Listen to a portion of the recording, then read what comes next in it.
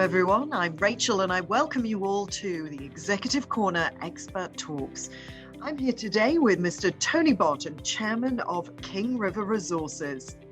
Here at Kalkine, we bring you industry leaders, successful business owners, market and equity advocates, all under one roof to help you discover the insights of the stock markets and help you understand how we can create multiple passive income streams. In today's podcast show, we have Mr. Tony Barton, Chairman of King River Resources. Welcome, Tony. Hi, Rachel. Thanks for the opportunity to talk about our company. Excellent. Great to talk to you today. So kicking off, firstly, I'd like to say congratulations on achieving a critical milestone with the completion of the Prefeasibility Study into the Kinawa High Purity Alumina project. Now, Tony, could you please explain the difference for our viewers between high purity alumina and aluminium? Right. Yes, high purity alumina is classified as alumina which has got a grade of 99.9% purity or better. The target market that we're looking for is actually 99.99% plus purity.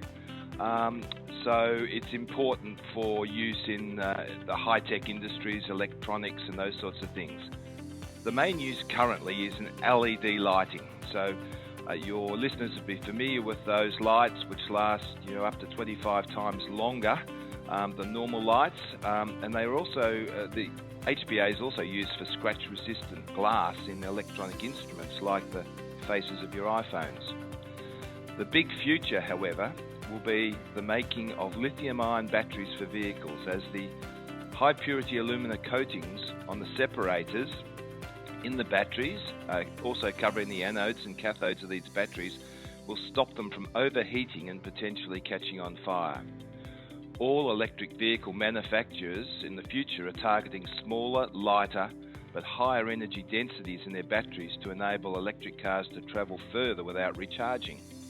A consequence of this higher density is that higher temperatures will occur within the battery cells, and this can cause this short-circuiting or combustion. The solution is to install ceramic cell separators in these batteries that are coated with HPA. As HPA doesn't burn or melt easily, it's corrosively resistant and it improves on the electronic properties of the separator. Different companies will require different specifications for HPA usages, and we are confident that our process will provide us the flexibility to produce a variation of products. Excellent. Thanks so much for explaining that for us, Tony. Now, how does the completion of your pre-feasibility study align with the prospects of high purity alumina production? Okay.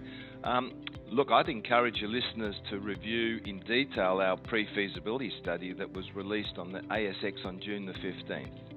Our company believes it's a major turning point for the company.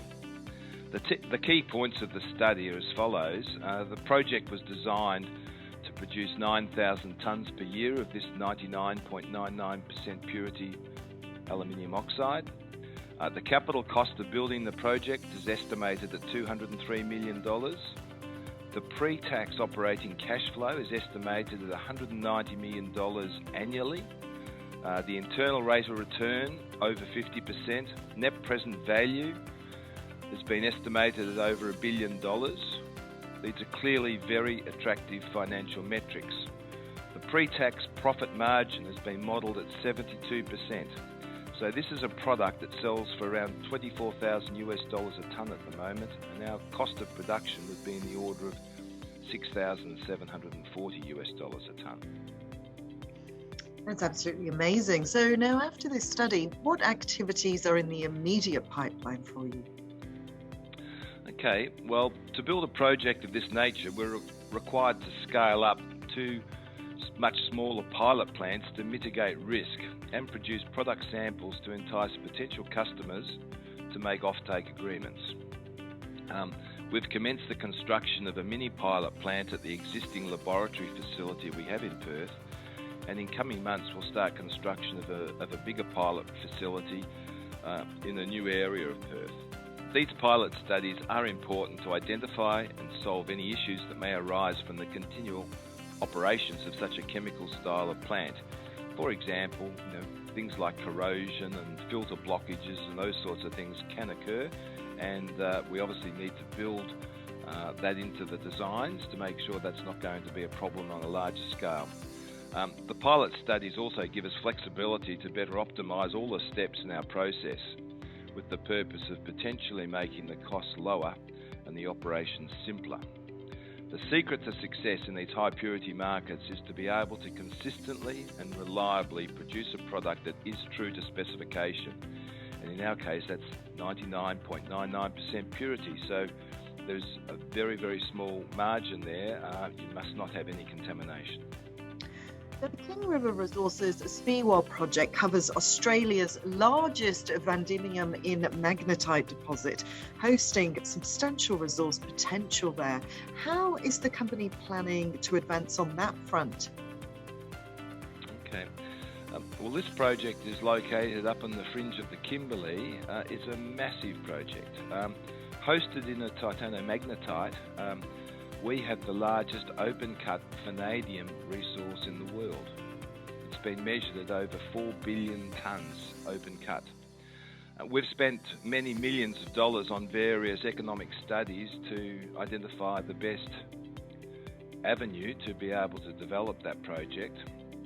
And the conclusion we've come to is that once we've made a lot of money from being in the HPA business in Kwinana, the most attractive option for us is shaping up to selectively mine the better parts of that ore body, crush it, and then concentrate it by collecting the magnetic dust, which effectively contains the titanium, the vanadium, and the iron, being a volume of about 19% of what is mined.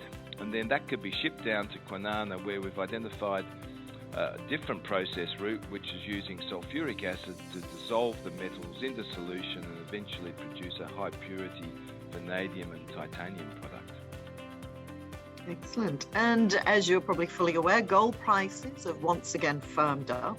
In this backdrop, would you like to touch upon the company's plan concerning its high-grade Mount Remarkable and Tennant Creek gold projects? Yes, of course.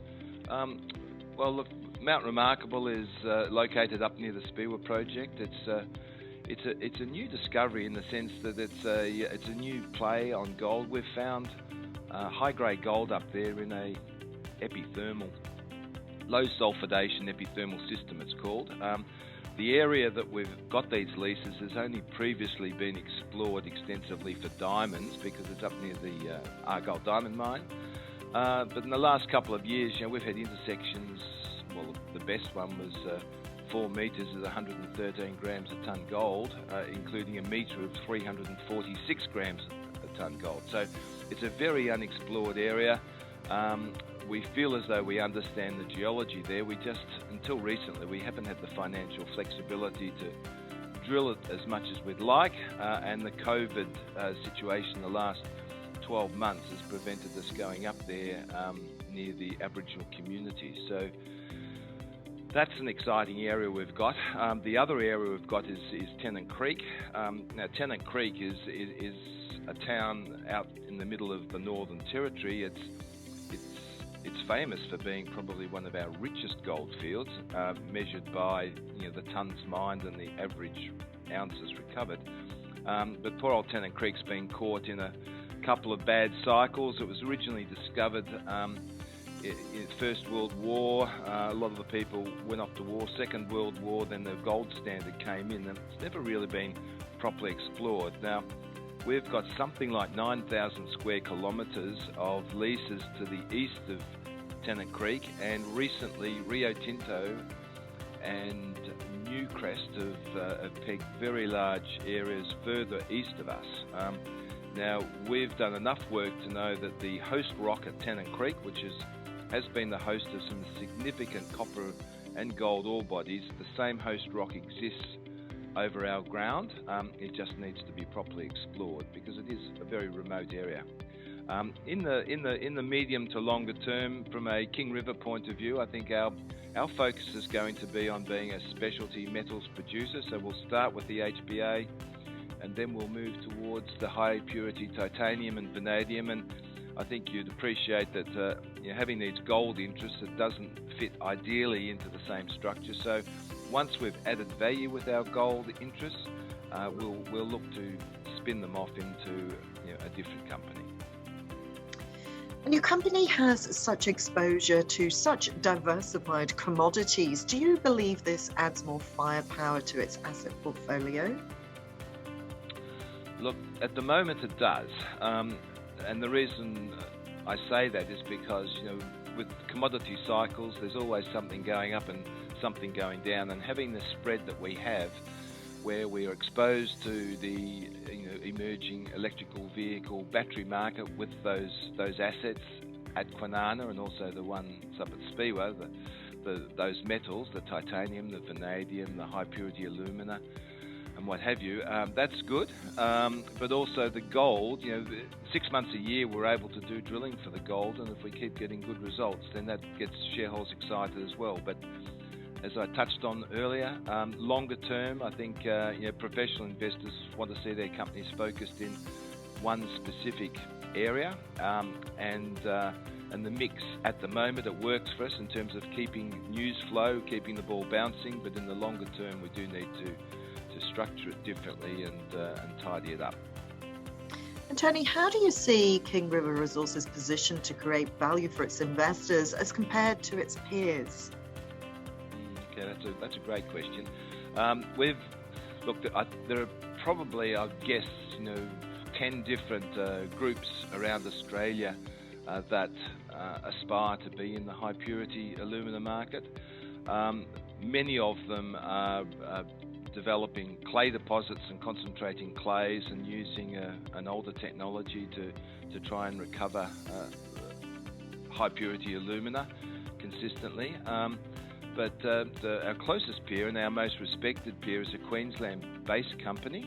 The company is using a different process flow sheet to we are, and they're probably 18 to 24 months ahead of us, but they do have a market capitalisation of $500 million. So the market clearly likes the way they've approached it, and our market capitalisation is only $50 million.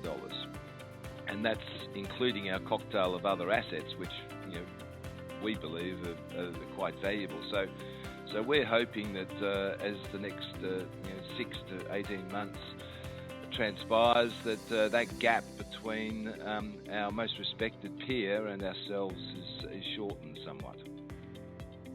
Thanks, Tony. And where would you like King River Resources to be in 12 months from now? Okay.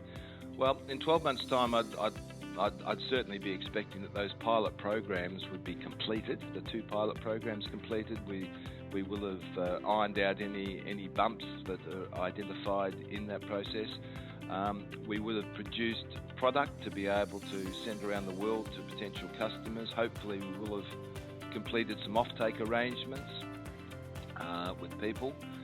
We've also got some listed options in our company which have an exercise price at 6 cents. So in 12 months' time, I'm hoping that we're able to have built the share price high enough such that some of those options get exercised, because that would provide us with the capital required to build our bigger commercial plant. The plans for the Kwinana project are that we'd be pouring concrete there towards the end of 2022. Excellent. And Tony, do you have any final thoughts you'd like to share with our audience here at Kalkine? Look, I think the most important thing to understand about this Kwinana process is that it's a modular design.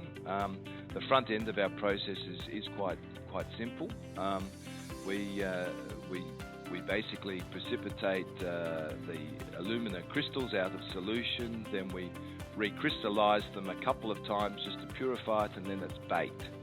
The feedstock for the project is available globally from the chemical industry. So this is the HPA project at Kwinana. We're not using ore from Speewah. What we're doing is we're importing a chemical industry product, and then we're processing it to produce high purity alumina.